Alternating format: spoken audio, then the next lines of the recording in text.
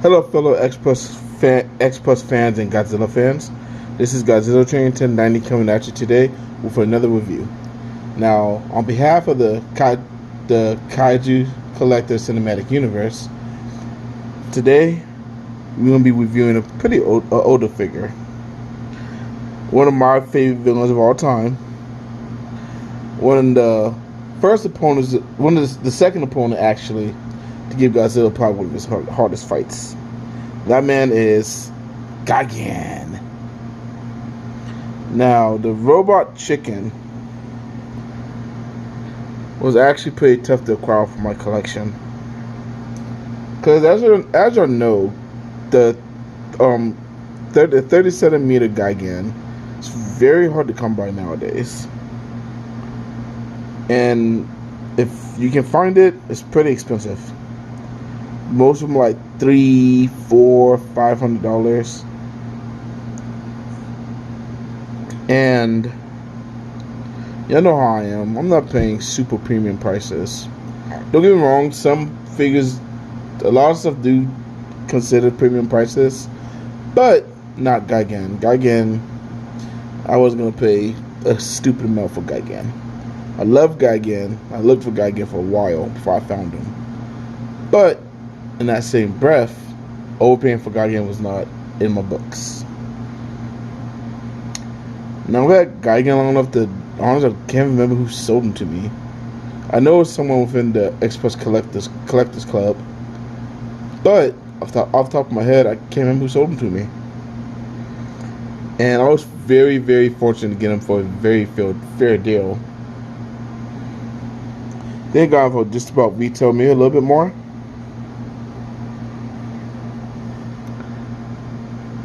But as far as the figure goes, Gigan does look awesome. I just have the standard version, so nothing lights up. But the detail on his face is phenomenal. His mostly known buzzsaw, his claws.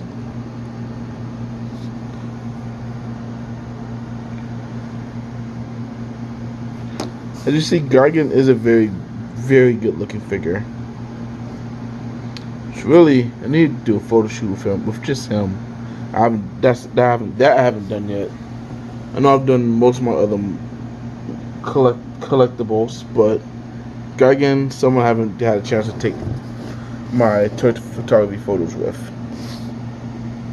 I know I've gone with other figures, but by himself, I don't think I've gone to Photoshop with him yet. The only complaint I have about Gigan, and you'll see in a few, well, actually no, size comparisons I have for y'all today, you're not going to be able to see how well he really sizes up with anybody. But I'll explain that and once I get to that part of the video. But the only problem that people have had with this Gigan, and I slightly do too, is he's a little shorty. Gigan is probably the shortest figure in my collection. Some of my Yuji Sakai's may be a little bit smaller. Wodan may be a tad bit smaller. But I think Gigan is the smallest figure in my collection. Yes, he is a 30 centimeter figure, but he's not a true 30 centimeter. He's more 27, 28, 29. Nah, he's not even 29. Probably 30. This 27, 28 centimeter figure. So hopefully they re-release him soon. Y'all know me, I'm not really a big crybaby about sizing myself. But the fact that there's not a 72 or 73 Godzilla to go with him, and when one does come out, I'm going to be scared that Godzilla's going to be taller than Gigan. Now, I don't mind my figures being the same size, but Godzilla being taller than Gigan is just, no. That's ridiculous. That's when my OCD, you know what, I can't do this, comes out of me. If someone that is taller than the figure I have, if the villain's shorter than the actual Godzilla in the movie, that's crazy talk.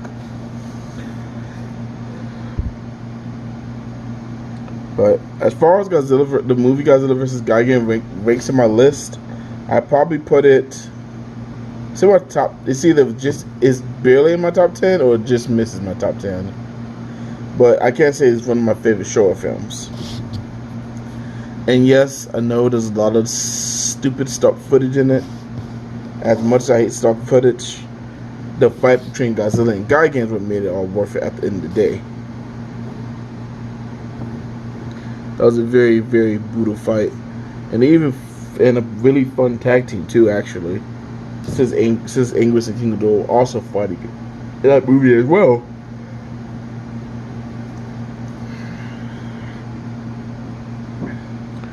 But I remember the first time I saw it, and we both know, everybody knows Godzilla got beat to hell against Hedorah, the smog monster. But Gigan they made it physically known that he was messing Godzilla up. Especially the scene when he first flies in the air and just slices Godzilla's shoulder. When the first time I saw that, my jaw dropped. I was like, "What? Oh my God! He cut Godzilla!" And of course, that brutal scene after Godzilla got attacked by the Godzilla Tower, Gigan just drags him along, starts smacking him in the head with his claw, and busts his head right open. That being the first time any of us have seen Godzilla bleed. And at that point, I'm sure everybody was like, "Oh my goodness, what's going on? Is Godzilla gonna make it?" And then, of course, he got thrown into the Tokyo Tower again because, of course, the monsters are under the aliens' control no more. Gigan and King Ghidorah, as is what I mean. So they just start running amok, start destroying Playland, and Gigan's throwing Godzilla all over the place until eventually, I guess Godzilla came out of his concussed state, if you want to call it that. I mean, to me, that's what it looked like. It looked like he had a concussion. He was just like wobbly. And now all of a sudden he just snapped back out of it. But alright guys, let's see. Let's do the first size comparison right now. And that's going to be with Anguirus. Now as you see, Gigan is obviously taller than Anguirus. But if you really look at them, Anguirus seems, I don't know, man, we watched the movie, which I might tonight. But we look at them, Anguirus looks huge against Gigan. Even though he's on all fours and everything, he looks pretty darn big against Gigan.